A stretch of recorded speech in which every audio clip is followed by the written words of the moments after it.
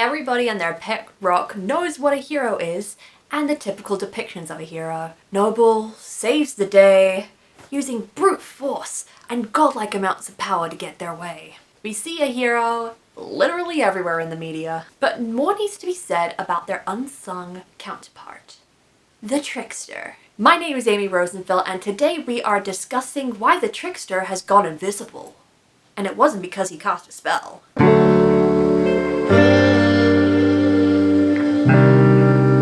In traditional mythology, especially Greek mythology, the protagonist of the story was typically one of two people, a hero or a trickster. We see them differentiated by their motives or their means of saving the day for others or for themselves. I say for themselves because we often see the trickster in characters like Loki, but we're going to talk the trickster in a more heroic or appropriately protagonistic sense. But first we need to understand the typical depiction of a hero. The lawful good, the do-gooders whose greatest asset is their body and the powerful things they can do. It's your Superman, your Paladin, your Heracles. Heroes are often considered of very pure intent, with kind hearts and rock-hard fists. They are more likely to take an honest or moral approach with what they do because they have the hearts of gold and the persuasive skills to be able to get what they need happening. And when someone against those ethics that they have weren't respectfully given, that's when the dukes come up and the brute force comes in. And they do it for the greater good. This is admittedly a type of protagonist that has declined in popularity as of late. This is undoubtedly due to the superhero media saturating literally everything. Marvel is making the hero go stale. And it's interesting that it has been done so long, it has popularized and become the epitome of a good hero for eons. But the trickster counterpart can also be a good person. Tricksters were never looked down upon in Greek mythology. The basis of a trickster was somebody who did not have brute strength or physical prowess like that, and so they had to find other means to be able to save people, save themselves, and get whatever means they needed. And the variety of people who fall under this category is astonishing, which we will get into later. But the cultural connotations of a trickster probably made it decline in popularity due to laws and morality, theft, fraud, some stuff that tricksters would rely on. And the decline in popularity is still felt today. The one thing I hated about the Disney movie Moana was what they did to Maui. Maui is a trickster, demigod. He wasn't strong like the portrayal of Maui in Moana was.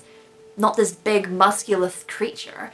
He was a trickster. He created traps and cunning plans and used shapeshifting to his advantage. He used social persuasion. He was a trickster at its finest, but Disney turned him into a hero? It made Maui lose all of the character that he previously had, which is such a shame because Maui was my favorite part about learning about Maori culture. The second reason probably for this decline is the associations with heroism and masculinity, and how both are seen as superior. This is especially interesting when a majority of Greek female protagonists would have fallen under this trickster category.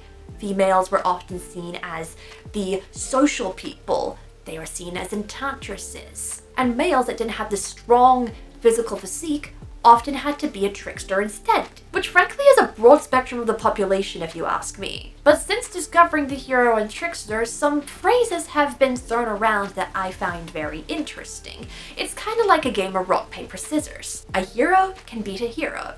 A trickster can beat a trickster. But in a war between a hero and a trickster is more likely to win. But let's look a little bit more into these trickster characters. The rogue is the more basic description of a trickster nowadays, the stereotype that you see, especially with stuff like Dungeons & Dragons popularizing them. In the moment, a rogue will do immoral things to obtain their goals, whether they are selfish, for a crew, or for the greater good of the world. They won't have as much of a moral conundrum as the hero, if they follow the typical archetype, that is. Instead of strong, the rogue is quick on their feet.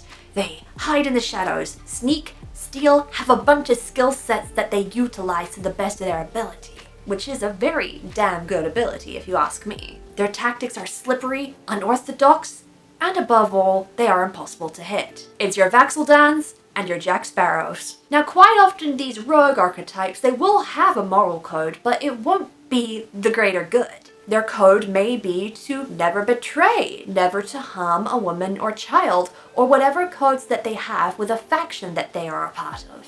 It is very unlikely that a rogue trickster would have no moral code whatsoever. This is what often gets them confused as morally grey, I think. They don't follow greater good, Kantian ethics, utilitarianism. They just have a more complex moral code that's probably similar to what the average human's moral code looks like. The mage is the next kind of trickster we're going to dive into. If it isn't obvious, it's somebody who uses magic to do most of their bidding. It's Merlin, Gandalf, Scarlet Witch, and Sabrina the Teenage Witch. Quite often people think of these as a very, very Merlin kind of portrayal. Somebody who has studied books and magic all of their life and become some kind of sage, an arcane source of wisdom and intelligence. But that is just one side of this magical dodecahedron. People who acquire magic on accident or were born into magical situations still can be a part of this archetype. What matters about these archetypes, after all, is the means that they solve their problems and not the origins and how they got their magic. So while we still have the wise do-gooders of magic, we will still have the people who fuck up a lot with their magic and have to learn how to control it. People who will be reckless with their spell casting. But no matter who they are, the magic is going to be a key part of how they solve problems. They can afford to not be a physically fit Adonis